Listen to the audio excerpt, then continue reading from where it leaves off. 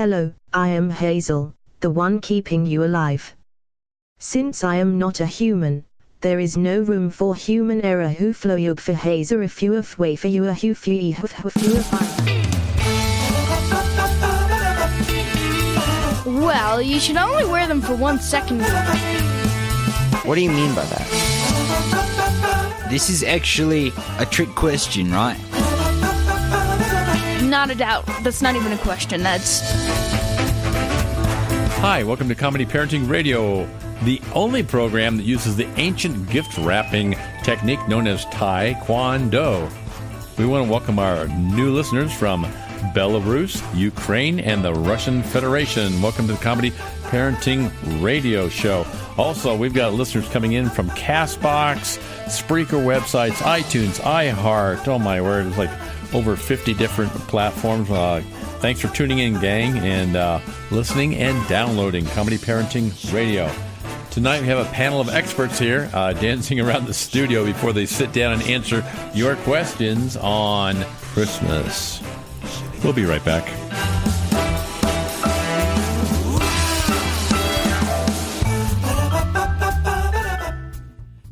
Confessions of a Potentially Perfect Parent, brought to you by AdoptUsKids.org. I don't know how to talk like a parent. Don't make me come back there. You see what I mean? It's pretty awful. Try it again. Don't make me come back there. Now that's pretty good. That one kind of sounded like my dad. Weird. You don't have to be perfect to be a perfect parent. There are thousands of teens in foster care who would love to put up with you.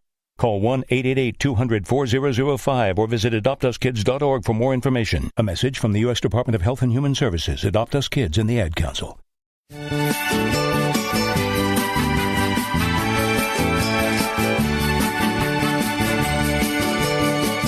Comedy Parenting Radio. Police stop my car. Police stop my car. The police made me stop. Walk a straight line and blow a balloon up. Police stop my car. Police stop my car. Okay, our panel of experts sitting over there right now. We've got Courtney. How's it going today, Courtney? Fantastic. Couldn't be better. Josh, are you ready to answer some tough Christmas questions? I sure am. Elijah, I see you got your encyclopedia set there, the Google, everything pulled up. You're ready to do it. Are you going to be able to answer some questions tonight? How tough are they? Like 3 toughs. Josiah looks like he's ready to answer some difficult questions tonight. Are you ready to answer tough questions? I'm ready to answer questions. Okay. Let's pull out some questions out of the hat here. First question sent to us. That's a good one. First question, number 1. What is the best grass skirt to wear to a New Year's Eve party? Well, you have to factor in all the different kinds of grass skirts. And is this person going to be going to a more traditional Hawaiian party or more of what kind of a... Nome, Alaska. In Nome, Alaska? Yeah. Since it's a New Year's party, you have to have new grass. Okay, it has to be new grass skirts. Okay, you can't have anything old. It can't be more than a minute old grass. Out with the old, in with the new. I like it. Agreed. New grass skirt. What do you think, Josh? This is actually a trick question, right? You don't wear grass skirts to New Year's Eve parties. You wear suits of full plate armor made out of gum wrappers. Wow. Every New Year's Eve party is different from what I can tell. Question number 2. Let's see here. When I'm standing at the buffet table at a party and I see people standing there eating and they drop food out of their mouths into the buffet food, what should I say to the host or hostess? My thought is you should go up to the hostess and say, hey, that guy just literally dropped food out of their mouth into the buffet. I have a better solution for that. Just ensure that the host administers duct tape to everyone's mouth whenever they go through the buffet line. Or you could not even worry about the host and just take that entire pan and dump it on that person's plate. That's actually a good idea. There's nothing worse than seeing little bits of Ritz crackers floating in the punch. This is actually a trick question, right? You don't go and tell the host that the punch has got Ritz crackers in it. You just take the punch and you dump it into your full suit of armor. Moving right along, question number 3. What's the best way to approach a gift that I absolutely hated to get? Say thank you and then later on tell the person I threw it away. You'll have to picture in your mind a gift that you would hate to get, okay? Elijah, what would be a gift that you hate to get? The gift of laughter. And how would you approach that? Well, personally, I would take a ninja kind of Batman approach to it. Sneak up on it from behind and then hit it where it doesn't know that it's coming from. Joshua, how would you approach a gift that you just really didn't want at all? This is actually a trick question, right? Because the only gift you're gonna get is a suit of full plate armor made out of gum wrappers, and that's something everybody wants. Okay, you're listening to Comedy Parenting Radio. We got the panel of experts here answering your questions. We'll be right back.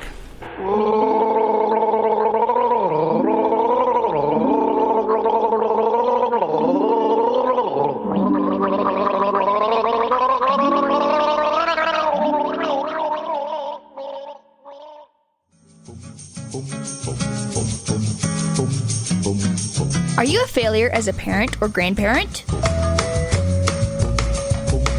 Do your little ones cry for no apparent reason? Do you have lots of money?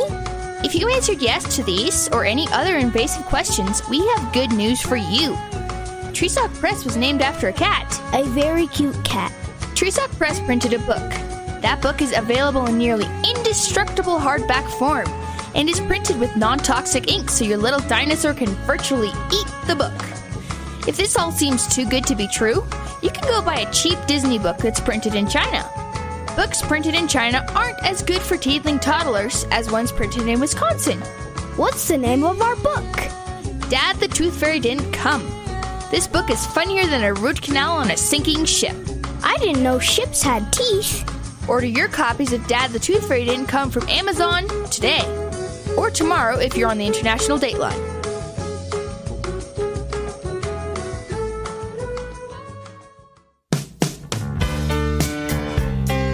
This is Crazy Russian Dad. You're listening to Comedy Parenting Radio. In Soviet Russia, homework do you.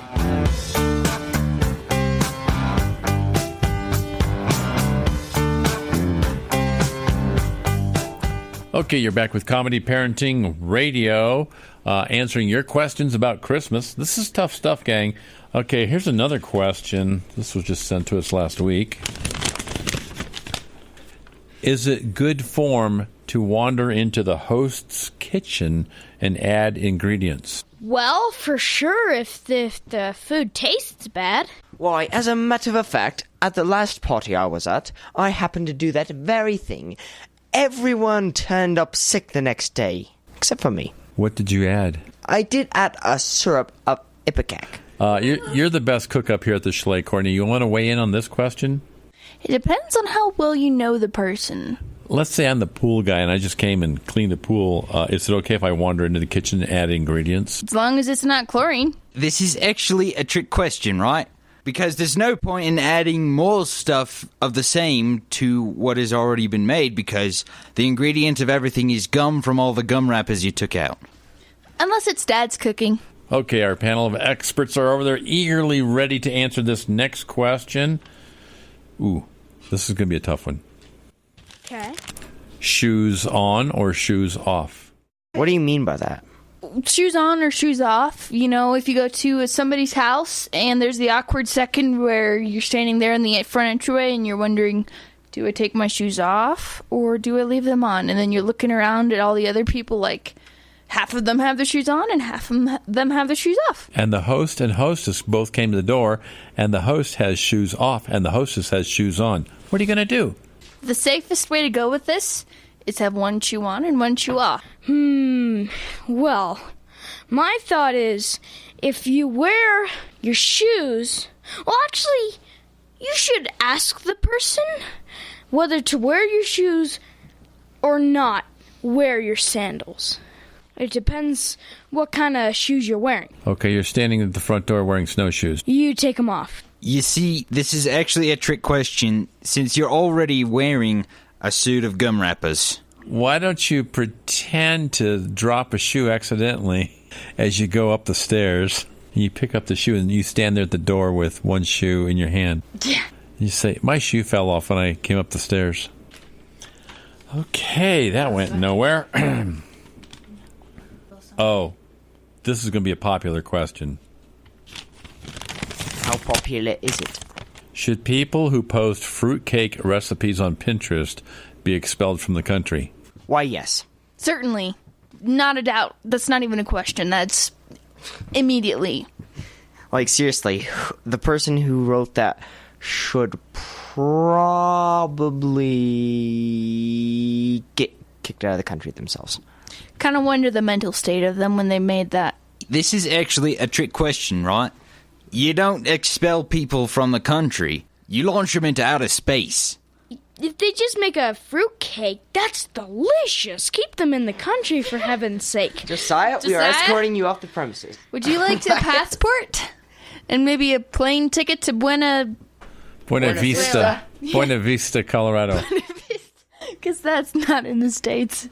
I'm with Josiah. I like fruitcakes. Another question. We're getting down to the bottom of the barrel on these questions. Am I required to wear matching family pajamas, and if so, for how long? Well, you should only wear them for 1 second, because they're disgusting. Pajamas are the worst, okay? I have started a GoFundMe to stop the world from making pajamas. They are the worst thing in the world. What do you wear to bed? My pants. Well, I mean, if it's matching Darth Vader and Stormtrooper pajamas, that'd be really, really cool, and you'd wear them, like, everywhere all the time, every day. Not even Star Wars is going to get past our ad campaign. Like to Walmart? No, not to Walmart, because we're not those kind of people that wear pajamas to Walmart. Josh? This is actually a trick question, right? Because you're wearing gum wrapper armor, right? Okay. But gum wrapper armor, it stays on you forever. At first you think I can stop anytime, I could just take it off. But eventually, it starts to take over your mind. It takes over your existence. You cease to become the person you are, and eventually you just become the gum wrapper armor. Thoughts cease to exist as you float around in its punchy, papery goodness.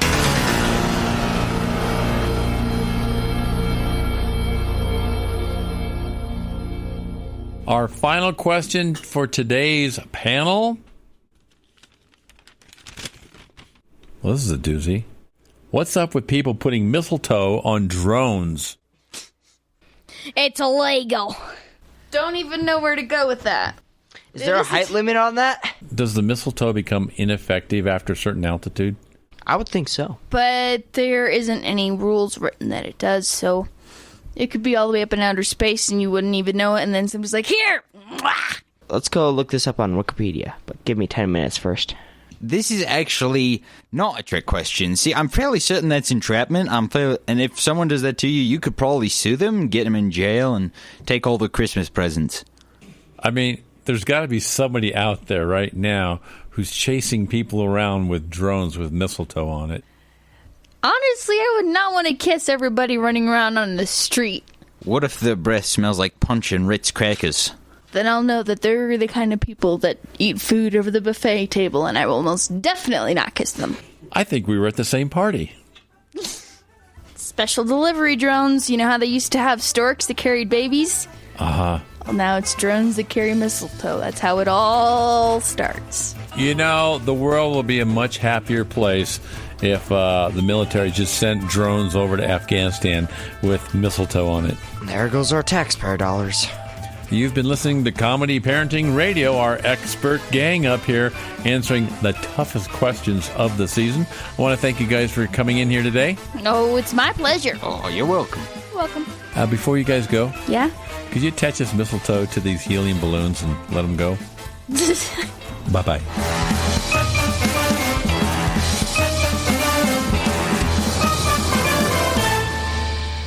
Well, an educated man. That rules out the possibility of you being a field agent.